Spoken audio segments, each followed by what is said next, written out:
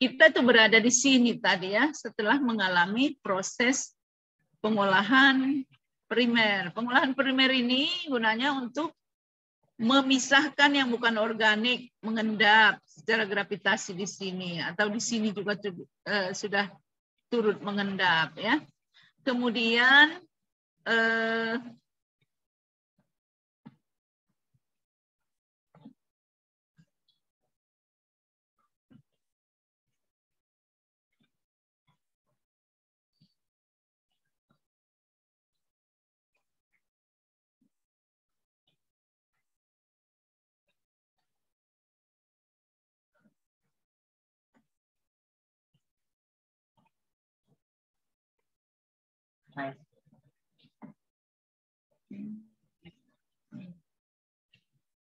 terlalu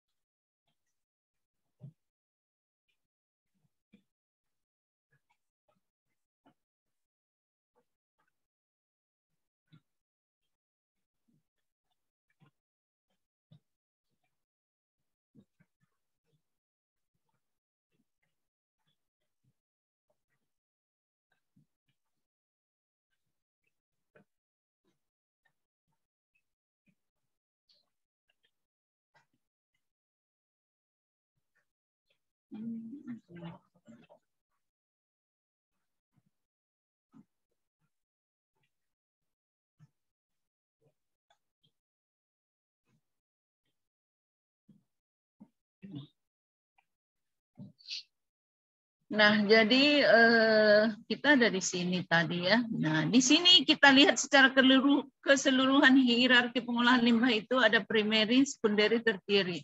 Nah, di dalam primary juga ada clarifier ya, ada pemisahan. Di sini umumnya memisahkan senyawa anorganik. Jadi lumpur yang ada di sini dengan lumpur yang ada di sini, atau slab yang ada di sini dan slab yang ada di sini karakteristiknya beda. Yang ini anorganik, yang ini organik ya. Nah, di sini tadi kita akan yang bicara proses apa yang terjadi di sini ya. Proses apa yang terjadi di sini. Kita lihat dari prinsip pengolahan biologisnya, itu pengolahan biologis itu terjadi secara alamiah. Seperti yang ada di kolam, seperti yang ada di sungai, di danau, di laut, ya, bahwa organik yang ada akan dimetabolitik atau diuraikan oleh mikroorganisme pengurai.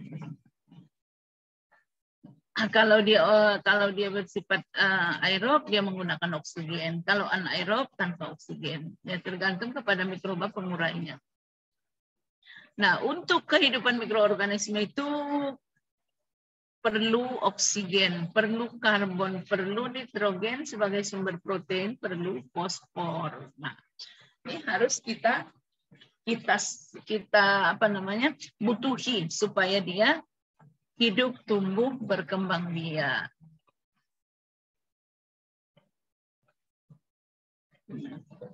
Karbon ya, karbonus organik bisa di dalam senyawa antara CH ya, ada nitrogen organik bisa bersenyawa dengan protein misalnya N-nya. Nah, kita lihat jumlah oksigen, jumlah nutrien nitrogen, jumlah nutrien fosfor serta unsur karbon C harus sesuai dengan kebutuhan si mikroorganisme itu kita sediakan. Karena tadi kita sudah pelajari proses biologi, dia sensitif terhadap unsur hara yang ada, terhadap nutrisi, ya, dia tergantungan terhadap nutrisi. Kalau kurang nutrisinya, ya dia juga pertumbuhannya terganggu, ya, terganggu. Kita pastikan semua unsur-unsur yang diperlukannya itu ada.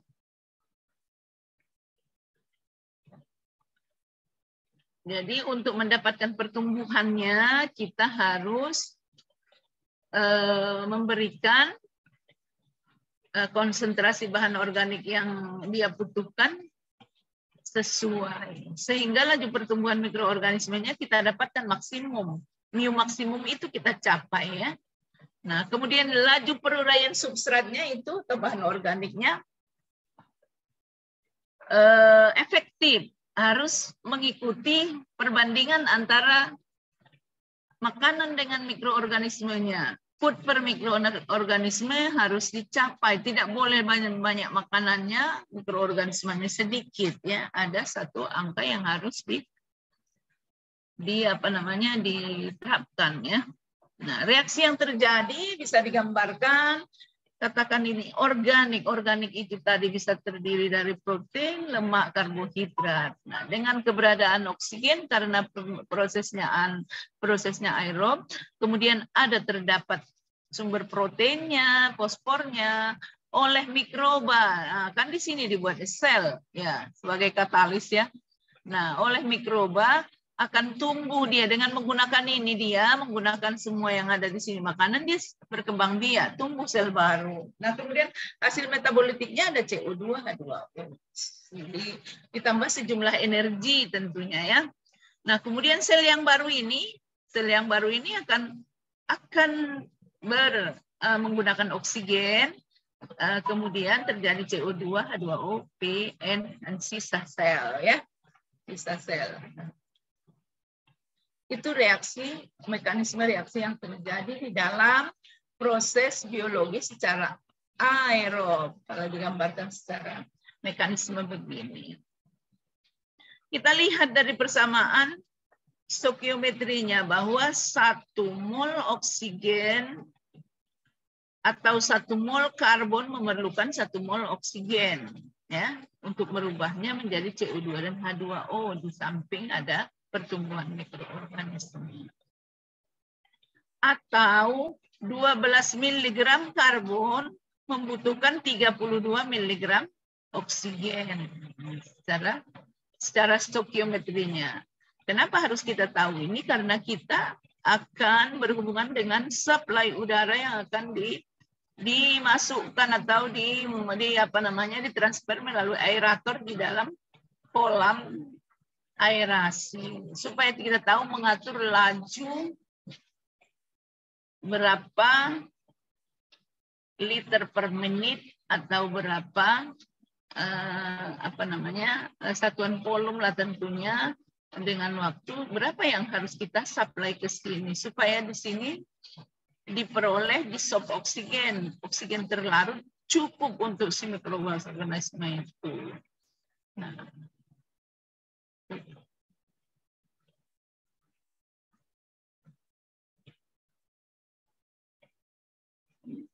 untuk mengambil 1 mol karbon yang ada di dalam limbah tadi, dia membutuhkan 1 mol mikroorganisme itu membutuhkan 1 mol O2 ya. Atau untuk 12 mg karbon dari bahan organik dibutuhkan 32 mg O2. Banyaknya oksigen atau O2 yang dihabiskan oleh mikroorganisme merupakan gambaran tingginya kandungan bahan organik. Kalau keperluan atau kebutuhan oksigennya tinggi, berarti kandungan organik di dalam limbah kita itu tinggi ya. Analisanya dari mana? Dari BOD 5 hari ya.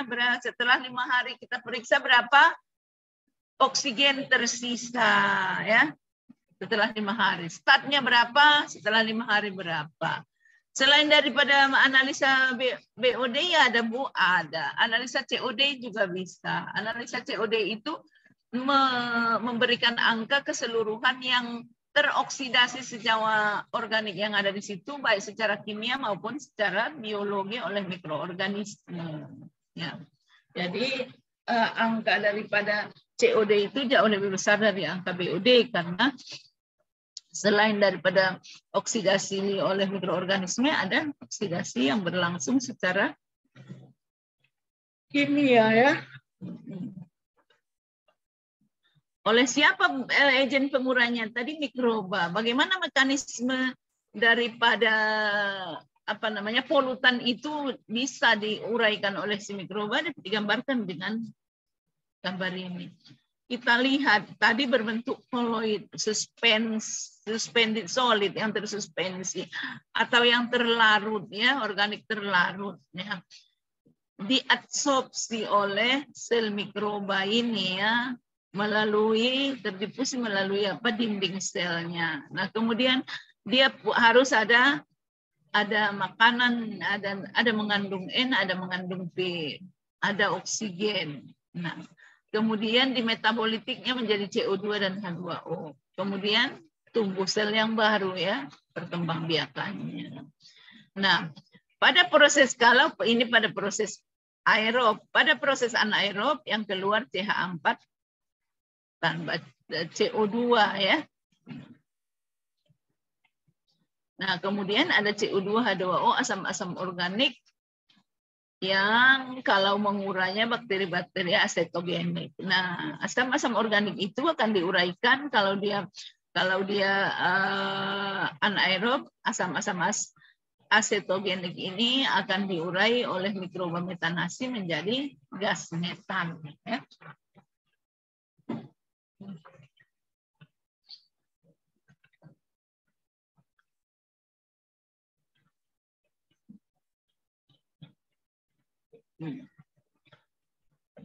Yang tadi di dalam di mekanisme biodegradasinya ya seperti ini ya. Mekanisme biodegradasinya kalau kamu jumpai nanti ada di buku teks ada seperti ini ya. Nah, ada substrat ya. Substrat itu limbah yang mengandung nutrisi bagi dia tadi, karbon, ada sumber karbon, ada sumber nitrogen, ada sumber fosfornya, dia ada di limbah itu. Nah, oleh si sel mikroba dengan adanya oksigen dirubahnya menjadi CO2, ditambah sejumlah energi, kemudian dia tumbuh, selain itu dia berkembang biak, kemudian sel yang berkembang biak ini juga akan melaksanakan seperti ini ya. Nah, ditambah oksigen akan terjadi massa sel konsentrasi daripada akan terjadi sel mikroba yang baru yang kita berikan simbol X sebagai konsentrasinya berapa ya. Nah, dan begitu seterusnya berlangsung, sel yang baru akan mengubah lagi ya. Nah, kalau kita lihat di dalam sekilas kita mungkin bisa lewat dari instalasi pengolahan limbah di lapangan, kita akan menemukan seperti ini, ada aerator. Nah, ada aerator, oh itu ada pengolahan limbah secara aerob. Gitu. Nah, untuk memudahkan mempelajarinya, kita biasanya menggambarkan sketsanya seperti berikut. Supaya kita tahu membuat aliran-aliran apa saja yang masuk ke dalam proses ini. Nah, kita lihat pertama ada influent flow. Ada alirannya masuk berapa liter atau berapa meter kubik per jam atau berapa liter per detik masuk limbahnya. Kemudian ada influent BOD, ada kandungan BOD-nya berapa miligram per liter atau berapa kilogram per meter kubik kandungan BOD yang dialirkan ke sini ya. Jadi ada beban organik atau organic loadingnya ya. Nah, kemudian diaerasi di dalam tangki ini. Disinilah mikroorganismenya yang sudah teraklimatisasi akan menyerap senyawa-senyawa organik yang ada di dalam limbah tersebut. Nah, kenapa di sini influent BOD dimasuk yang kita sebut notifikasi masuk karena senyawa organik itu ya kita klaim sebagai besarnya BOD ya. Jadi kan senyawa organik itu besarnya berdasarkan kebutuhan oksigen. Kita klaim sebagai berapa BOD-nya, misalnya 10.000 mg per liter atau 1.000 mg per liter. Akan kita treat di sini, Kemudian hasilnya dipisahkan di clarifier. Nah, di sini ada vlog biologi, ya, mikroorganisme yang tumbuh berkembang banyak itu kita pisahkanlah di sini, ya. Nah, dia akan mengendar sebagai lumpur hidup yang kalian bilang, aktivitas selat. Nah, air terolahnya akan dibuang melalui efluen kalau sudah memenuhi syarat. Kalau belum memenuhi syarat biasanya dilakukan pengolahan tahap kedua. Atau kalau memenuhi syarat dengan ada bakteri patogen, dia biasanya didesinfektasi dengan klorin, baru boleh dibuang ke lingkungan. Nah, kemudian selat yang keluar dari clarifier ini, ada sebahagian yang diumpankan ke tangki aerasi, sebagiannya dibuang. Ini akan diolah lagi, akan diselesaikan dengan pengolahan selat atau lumpur di dewatering, ya, tergantung kepada tujuan pengolahan berikutnya. Apakah hanya untuk dibuang atau untuk pupuk atau pupuk organik cair dan sebagainya, ya, tergantung tujuannya. Nah, kemudian yang ini kenapa harus dikembalikan sebahagian? Nah, alasannya adalah kalau terjadi di sini wash out. Apa itu wash out? Umur lumpur belum tercapai, sudah keluar dia. Umur mikroorganismenya,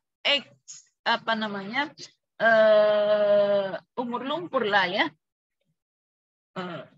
Slat egg-nya belum tercapai, dia keluar. Keluar berarti di sini akan terjadi yang namanya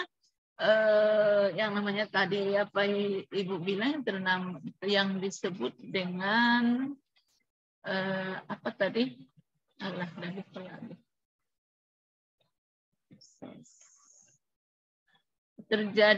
Terjadilah pengurangan organik di sini. Terjadi pengurangan organik, terjadi pengurangan lumpur aktifnya atau mikrobanya. Nah, masuk ke sini.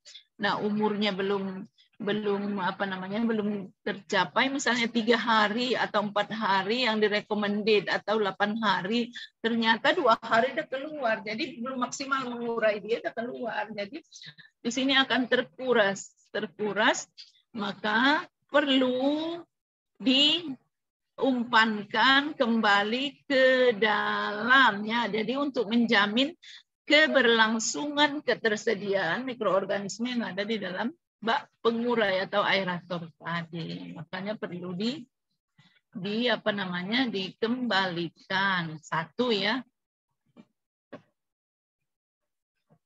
Kemudian untuk apa lagi? Untuk mendapatkan tadi syarat ada F per M. Nah, rasio dari food per mikroorganismenya itu dapat dikontrol. Nah, dikontrol dengan mana? Dengan mengalirkan ini, ya. Tidak boleh di sini kekurangan makanan, tidak boleh kelebihan makanan, ya. Kalau kelebihan makanan dia tak terurai, sehingga nanti efluen yang ada di sini masih banyak mengandung organik, ya. Mengandung organik. WOD-nya tidak tercapai. Ya. Kemudian untuk apa lagi? Untuk sebagai menjamin mikroorganisme. Kemudian kalau terjadi exhaust, supaya ada mikroorganisme yang sudah familiar, masukkan kembali, karena mikroorganisme familiar atau katakan saja yang teraklimatisasi itu suatu aktivitas yang membutuhkan waktu untuk membuatnya. Karena sebelum kita aplikasikan mikroorganisme itu ke sini di laboratorium misalnya, kita harus tumbuhkan dulu dia, harus kita aklimatisasi. Ditumbuhkan mula-mula bagaimana? Misalnya sumbernya dari paret kita ambil atau dari septic tank yang terdiri dari mixed culture, banyak mikrobanya, ya. Nah, kemudian kita tumbuhkan. Syarat untuk tumbuhnya harus kita penuhi, nutrisinya, ya. Perbandingan nutrisinya, logam logam esensial yang diperlukannya atau trace metalnya. Kemudian tumbuh, mulai dia berkembang sampai ada satu hitung-hitungan, ada yang menyatakan 1000 mg per liter mikrobanya sudah boleh diaplikasikan. Ada yang bilang 2000, ada yang bilang 3000, tergantung. Nah, sudah cukup baru kita ajari dia, belum lagi kita masukkan, diajari dia memakan limbah. Cara mengajarinya bagaimana? Yang tadinya dia makanan enak, diberikan semua glukosa nitrogennya, glukosa karbonnya, sama amino proteinnya, kemudian fosfornya ada, trace metalnya ada, kemudian kita ganti sumber karbonnya misalnya, atau sumber proteinnya dari yang ada di limbah itu. Kita kurangi, kita tambahkan limbah 10%. Bagaimana dia belajar, dia menggunakan itu, tumbuh. Kemudian setelah stabil, oh kalau 90% dia nutrisinya begini, pola pertumbuhannya. Kita kan maunya 100% ya kan, karena tujuan kita mengolah organik yang ada di dalam limbah. Nah, 30%, nah kita biarkan dia. Bagaimana pola pertumbuhannya? Masih bisa meningkat enggak? Nah, kemudian kita sampai kepada misalnya 80%. 85% enggak lagi, cuma segitu. Oh, sudah tahulah kita berapa konsentrasi nutrien yang harus diumpankan ke dalam, atau konsentrasi BOD yang diumpankan ke dalam unit pengolahan tangki aerasi ini. Nah, jadi itu. Nah, kalau ini terjadi wash out, namanya wash out, tidak mencapai umur, kita buang semua, nggak ada aliran yang return ini, yang return aktivitas selat yang dikembalikan, jadi habis ke sini. Jadi di sini apa? Ya udah keluar semua. Untuk menumbuhkannya kerja lagi kita di laboratorium. Nah, untuk mencegah itu di aplikasinya kita buatlah seperti ini untuk efisiensi dari pengolahan dan efisiensi waktu. Ya. Karena tadi proses aklimatisasi itu panjang, bisa 3 bulan, bisa 4 bulan ya.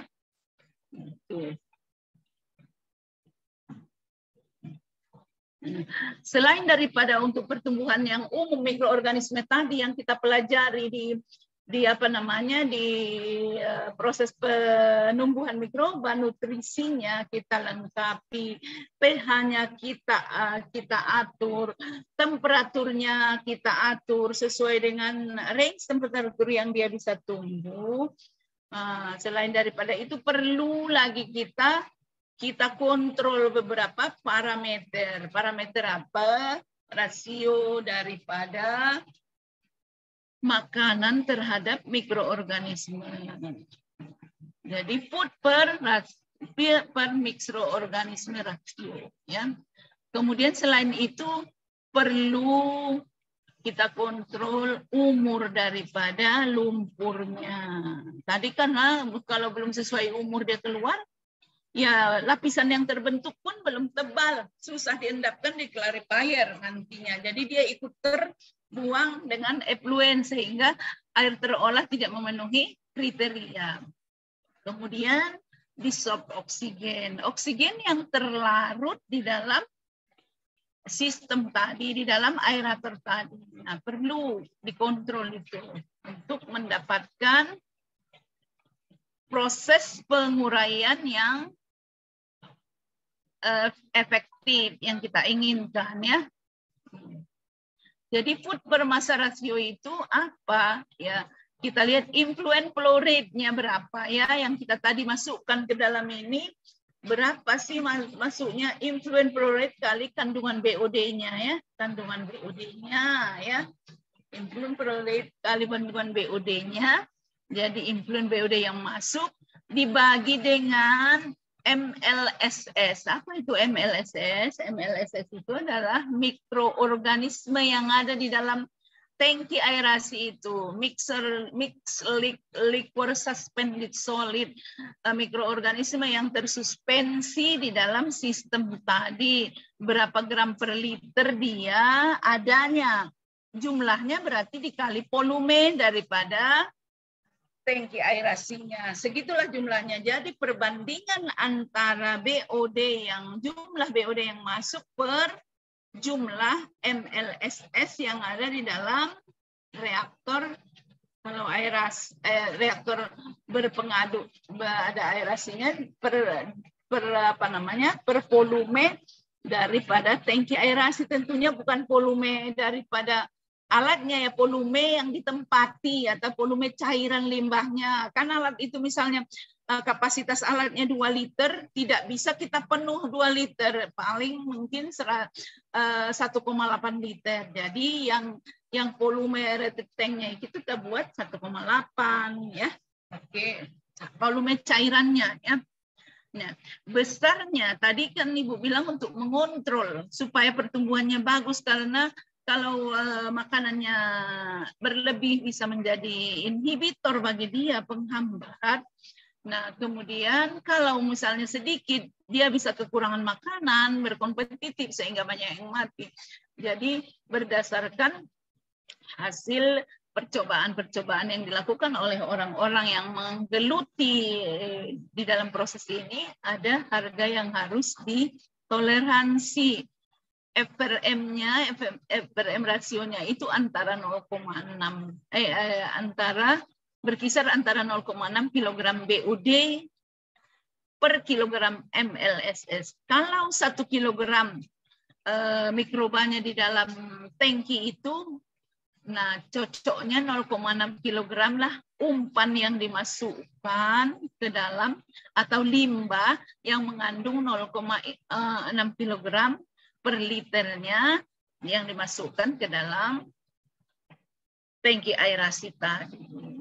Sehingga apa? Sehingga selat yang terbentuk mudah mengendap. Nah, jadi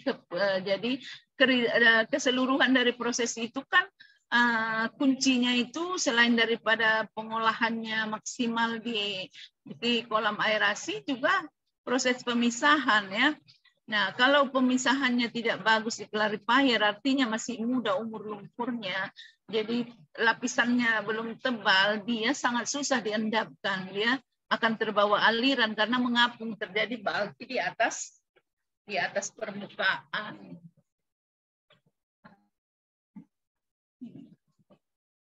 Kita lihat pada grafik yang ini ya, ini menggambarkan pertumbuhan mikroorganisme yang mempunyai apa dia, kita lihat mempunyai batas maksimum ya. Nah, kalau kita lihat di sini antara 0,2 sampai 0,6, maka zona settling velocity-nya mudah mengendap. Dengan umur berapa? 3 sampai 14 hari. Jadi ini yang dapatkan data orang yang penelitian lah ini ya, tapi sudah dibuat di dalam teks. Berarti kalau penelitiannya kan, penelitian itu hasil data-data penelitian masuk ke dalam teori, sudah berulang kali dilakukan dan tidak berubah. Nah, baru boleh masuk textbook ya. Antara 0,2 sampai 0,6 ya. Jadi itu rasio antara input per mikroorganismenya dengan umurnya di dalam tangki aerasi itu 3 sampai 14 hari. Kalau nanti di bawah 3 hari, maka lapisannya tipis, susah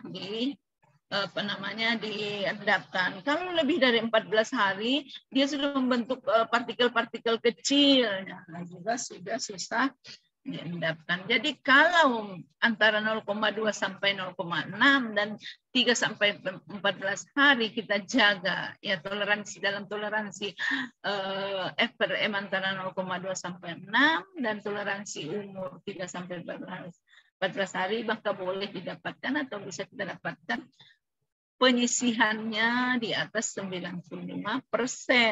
Artinya kalau di atas 95% dari organik yang masuk, katakan saja tadi organik yang masuk 0,6 kg per liternya, berarti 0,9 kali 0,6 bisa didegradasinya menjadi senyawa yang lebih sederhana, atau bisa didegradasinya menjadi senyawa-senyawa yang lain dan bisa dimakannya atau digunakannya untuk metabolitiknya. Kalau misalnya F per M rasionya rendah 0,2, 0,019 atau di bawahnya ya. Nah, terlalu rendah maka dapat menimbulkan tumbuhnya filamen bakteri ya. Nah, filamen bakteri tumbuh atau kondisinya akan mengapung ya. Sehingga pengendapan di tangki sedimentasi akan sulit. Kalau F per M rasio rendah, berarti apanya yang rendah? Pembilangnya apa pembaginya? Mikroorganismenya sedikit. Ya. Kalau sedikit, F per M-nya besar. Ya, berarti apanya? Makanannya sedikit dibanding jumlah mikroorganisme yang tetap. Dia akan lebih kecil apabila F-nya kecil ya.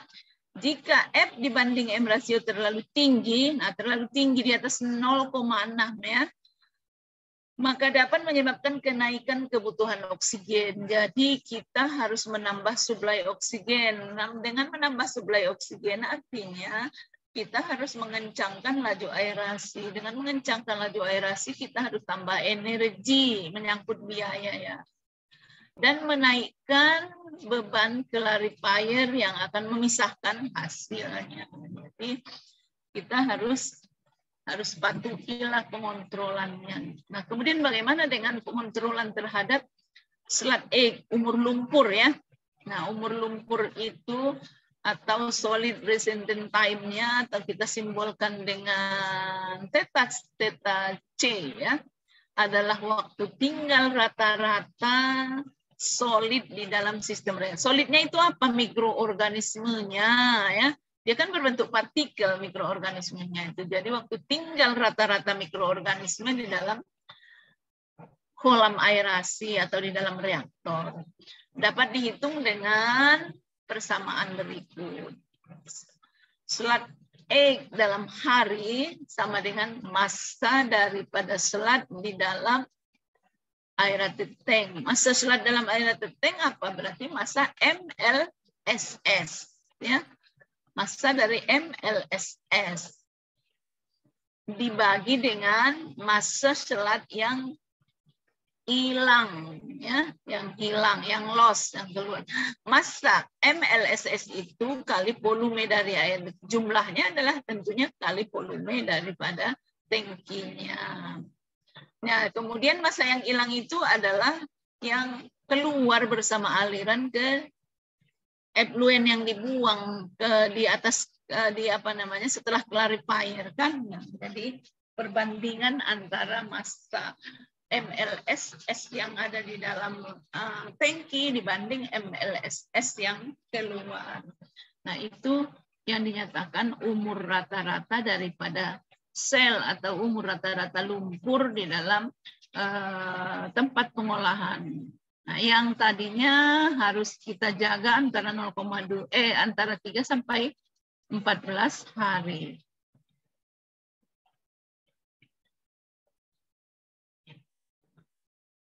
Nah, jadi apabila lebih kecil dari waktu tinggalnya lebih kecil dari 3 hari, maka biomasa kurang cukup tebal ya, tipis dia sehingga terbentuk bulking SLAT, SLAT yang mengambang. Jika lebih besar dari 14 hari, maka plok partikel yang terbentuk.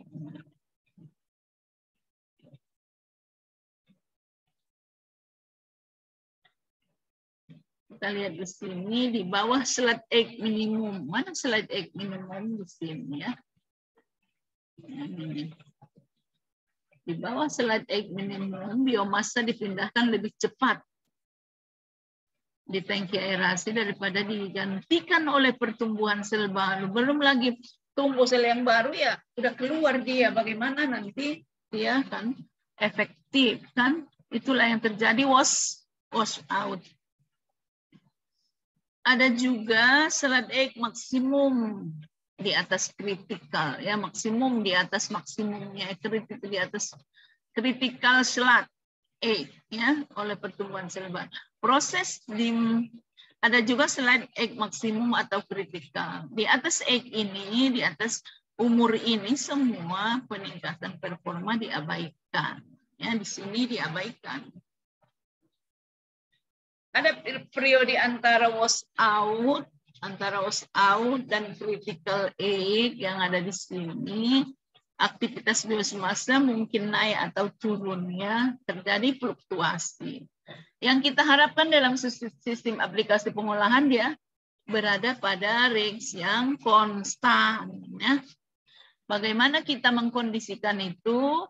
Mengkondisikan yang konstan itu tadi dengan mengontrol laju alir masuknya, mengontrol konsentrasi BOD masuknya, kemudian menjaga kondisi lingkungannya, pH-nya, temperaturnya, mencukupi nutrisi yang dibutuhkannya. Nah, selain daripada itu juga ada parameter yang harus kita lihat. Bagaimana dengan SLUT volume index? SLUT volume index itu merupakan ukuran yang menyatakan berat endapan. Berapa berat endapan? Persatuan volume mana? Volume larutan yang ada di dalam sistem tadi setelah 30 menit diendapkan. Dimasukkan ke dalam satu bejana, diendapkan, ditunggu 30 menit, berapa berat endapannya. Bagaimana cara menentukan berat endapannya? Tentunya endapannya disaring, dipisahkan airnya, diuapkan airnya sehingga konstan, air sudah keluar. Nah, jadi saringannya itu kita timbang ya, tentunya kertas saringnya dulu kita timbang tadinya sebelum diisi, kemudian kertas saringnya ditimbang dengan lumpurnya, kemudian diabukan. Nah, yang organik semua akan menguap, tinggal residu. Residu itu sisa yang disebut itu adalah mineral ya, mineral yang mungkin silika, mungkin aluminium atau besi ya. Nah, jadi yang kita klaim sebagai mikroorganisme itu adalah yang menguap tadi. Nah, tentunya kita sudah bisa mengukur, menentukannya karena tadi kita timbang ya, yang menguap itu tahu, yang awalnya tahu, yang sisa tahu, tentunya yang menguap tahu.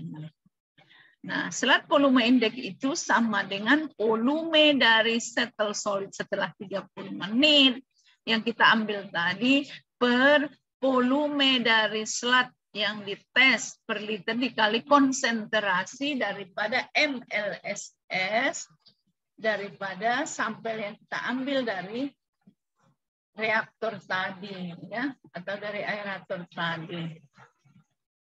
SLUT volume index ini rumusnya. Kalau SLUT volume ini rumusnya. Kalau suspended solidnya berapa, ini rumusnya. Itu aja itu ya. Hanya penurunan rumusnya. Nah, kemudian bagaimana cara tadi mendapatkan berat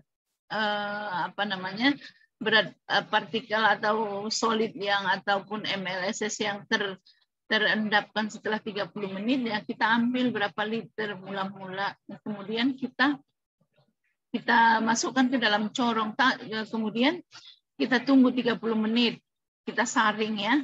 Nah, ada endapannya itu kita analisa secara gravimetri. Gravimetri tadi kan diuapkan airnya, kemudian diabukan, diperoleh kemudian MLSS yang mewakili mikroorganisme dalam basis kering. Nah, termasuk juga di dalamnya itu senyawa organik yang tidak terurai. Nah, SLUT volume index dalam treatment kedua, SLUT yang dihasilkan biasanya disebut biological SLUT atau MLSS, mixed liquor suspended solid. Nah, MLSS ini terdiri dari inlet material dan biological material. Material biologi atau lumpur atau mikroorganismenya ditambah dengan inert yang lainnya, bisa yang dari limbahnya. Nah, jadi kalau kita mau yang betul MLSS, mikroorganismenya namanya MLVSS, mixed liquid volatile suspended solid, yang teruapkan. Besarnya seberapa? 0,8 dari MLSS. Kenapa 0,8 itu adalah bisa 0,9, bisa tergantung kepada apa yang kita analisa, berbolak-balik. Orang pada umumnya tipikalnya 0,8 MLVSS itu adalah 0,8 dari MLSS, ya. Nah, dengan cara apa tadi didapatkan? Dengan cara proses gravimetri, ya, yang di sini itu proses gravimetri lah.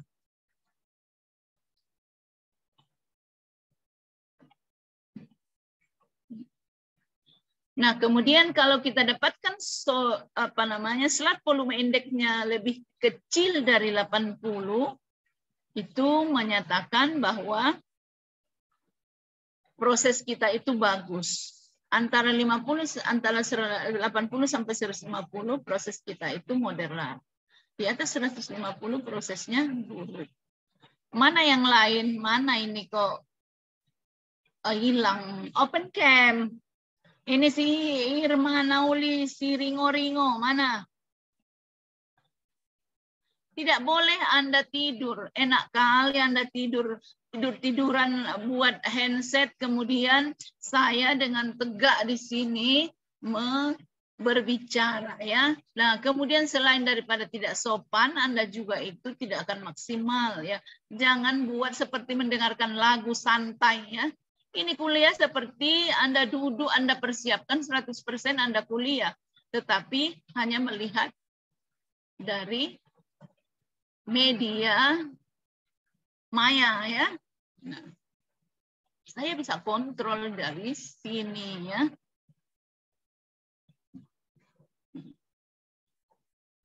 Tidur dia kan, tidur dia. Ada kali mungkin yang pergi jalan-jalan pun, entah kemana dia, kemana. Dibiarkannya, direkamnya, saya menerangkan, terus suka ibu itulah di situ, gitu. Ya mudah-mudahan yang begitu itu tuh nggak mendapatkan apa-apa dia, ya, nggak berkah ilmunya.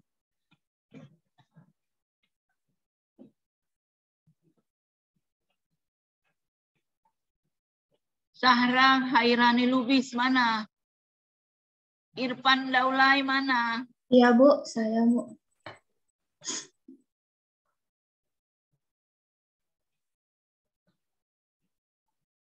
Irfan Daulay mana?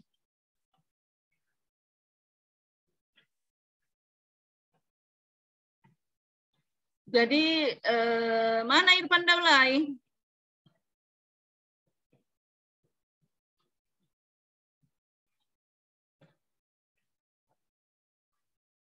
Mana Irfan Daulay? Saya punya catatan penilaian keaktifan Anda di dalam kelas, ya. Ada. Karena saya tidak bisa memonitoring secara langsung di dalam kelas. Kalau kita luring, ya bisa saya perhatikan. Dan kalau ini, ya inilah upaya saya, pertanggungjawaban saya bahwa kelas berjalan seperti normal, ya. Jadi apa yang bisa saya berikan, ya saya berikan punishment bagi orang yang tidak mengikuti kuliah, yang berlari-lari, yang seperti ninja sebentar lompat sana lompat sini, ya. Jadi slot volume indeks ini perlu diketahui, perlu dihitung untuk menentukan atau melihat apakah proses yang kita jalankan itu baik, buruk, atau sedang, ya.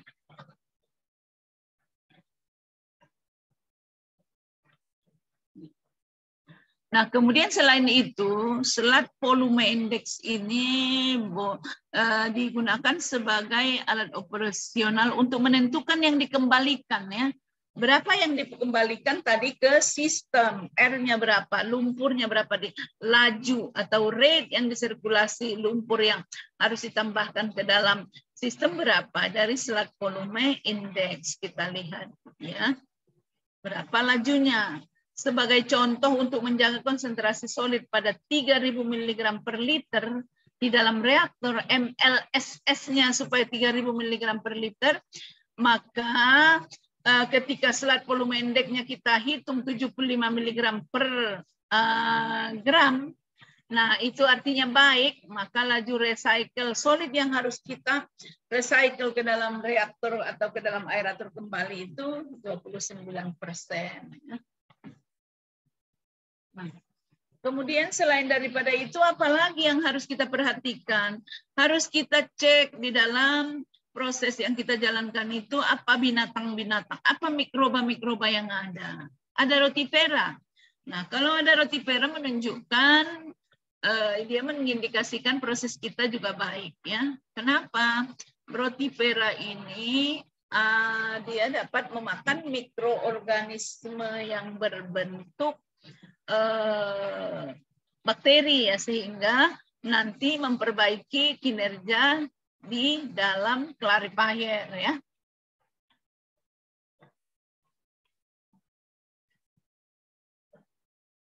Jadi kalau ada dia, kalau ke rotifera ada, mengindikasikan air limbah yang diolah secara biologis berlangsung baik ya. Nah, ini jenis-jenisnya. Nah, kemudian ada yang mikroba lain, fungi ya, mikroorganisme lain. Nah, kalau kita mengaplikasikan aktivitas selat tidak selalu bagus kalau ada fungi. Untuk pertumbuhan fungi tidak selalu bagus. Walaupun beberapa fungi filamen dijumpai pada blok aktivitas selat. Fungi dapat tumbuh pada pH yang rendah ya, dia umumnya ada pH asam. Kemudian dia toksik, limbah dengan kandungan nitrogen sangat rendah, dia bisa tumbuh. Yang biasa dijumpai ada penicillium, ada geotrichum, ada cephalosporium, ada cladosporium, ada alternaria ya. Jadi terjadinya bulking dari selat pada bak sedimentasi yang kedua tadi atau bak clarifier yang kedua dapat disebabkan karena ada pertumbuhan dari fungi, karena fungi itu umumnya berbentuk apa dia? Ada benang-benang ya, berbentuk jalinan benang-benang, sehingga dia menghambat blok yang terbentuk itu mengendap. Seperti ini dia misalnya.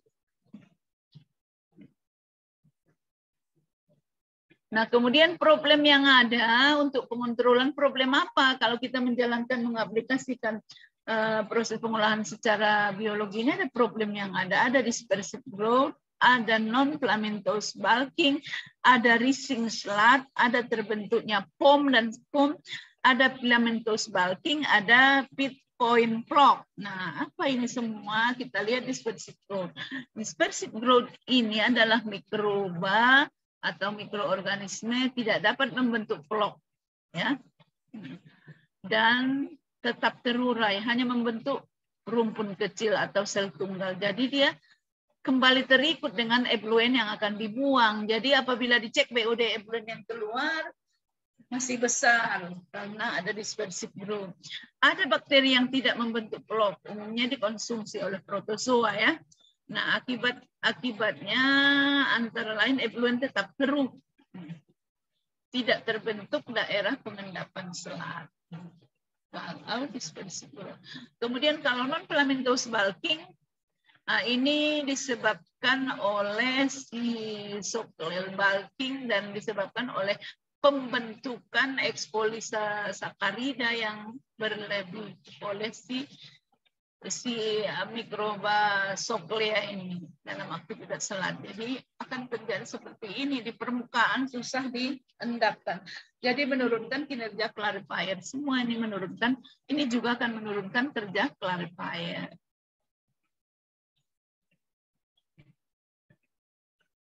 Nah, menurunkan kemampuan pengendapan dan plok kurang padat sehingga dia tetap mengapung bulking di atas permukaan. Kemudian ada rising sludge. Rising sludge itu adalah selat naik ke permukaan sebagai akibat dari denitrifikasi berlebih. Kalau proses kita cek, oh ada rising sludge, oh berarti denitrifikasinya berlebih.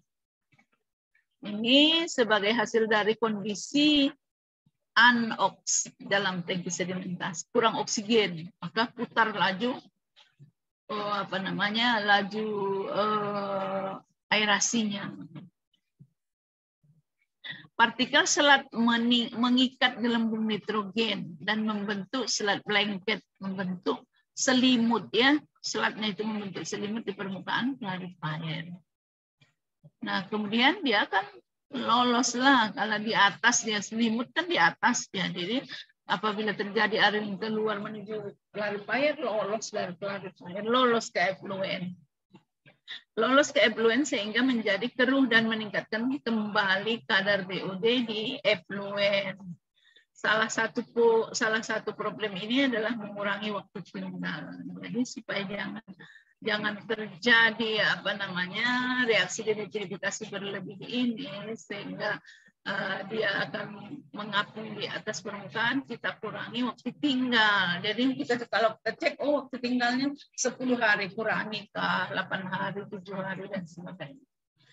Kemudian ada juga terbentuk foam dan skum, terbentuk busa ya, busa.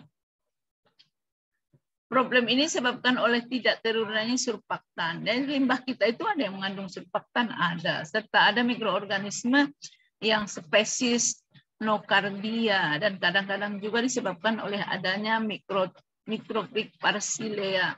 Nah, solusinya adalah menggunakan anti-foam. Kalau kita menggunakan anti-foam ya bahan kimia. Ke bahan kimia kita perlu biaya. Jadi harus kita hindarkan sebelum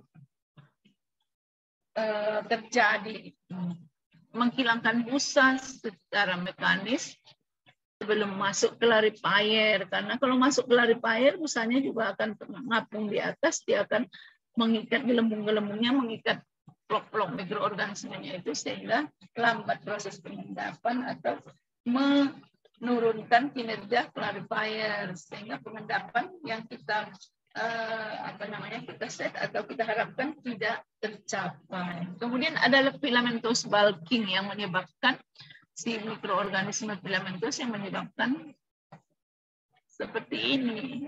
Ada koloni-koloni yang mengapung. Nah, sehingga dia kompak di sini, dia susah. Disebabkan biasanya karena kurang bakteri filamentosnya, jadi harus kita tambah tadi yang memakan dia, Rotipera tadi ya. Harus, kita cek rupanya si Rotipera tidak ada, maka dia berkembang biaklah si pinpoint block ini, membentuk pinpoint block. Nah, seperti ini kejadian-kejadiannya di dalam secara visual kita lihat di dalam proses yang kita jalankan, berarti perlu kita cek apa yang terjadi ya. Nah, kalau seperti ini nanti ada di dalam reaktor kita, artinya terjadi clarifier ini tidak maksimal ya. Tidak maksimal. 3 sampai 14 hari kan lebar, maunya berapa? 10 sampai 13 atau 8 sampai 10 gitu. Nah, pengendalian menggunakan aerobik, anoksik atau anaerobik selektor, meningkatkan waktu tinggal selat, meningkatkan konsentrasi DO pada tangki aerasi. Yang untuk grup 2, yang grup dari mikroorganisme yang kedua tadi, itu akan terjadi pada substrat yang mudah termetabolisme, terutama pada substrat dengan asam-asam organik dengan berat molekul yang rendah. Kemudian terjadi pada waktu tinggal selat dari sedang hingga tinggi, ada organisme yang berpengaruh. Pengendaliannya menggunakan juga aerob, anoksik atau anaerobik selektor. Kemudian mengurangi waktu tinggal. Oke. Yang grup 4 akan terjadi ini. terjadi pada waktu tinggal sholat yang lama, ya. Terjadi ini juga mengurangi kinerja clarifier. Ada pertumbuhan yang terjadi pada partikulat hasil dari hidrolisis.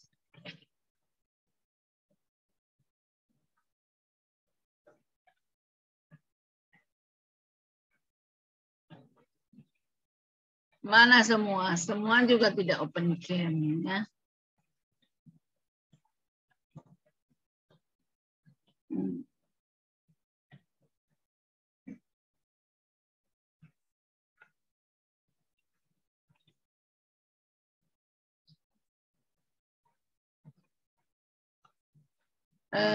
Mana ketuanya tadi?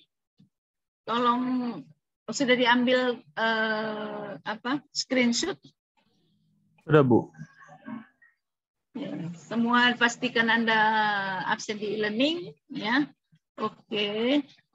Untuk pertemuan hari ini kita cukupkan. Nanti akan saya share melalui WA group materi, ya. Oke. Kalau tidak ada pertanyaan, kalau ada pertanyaan silakan.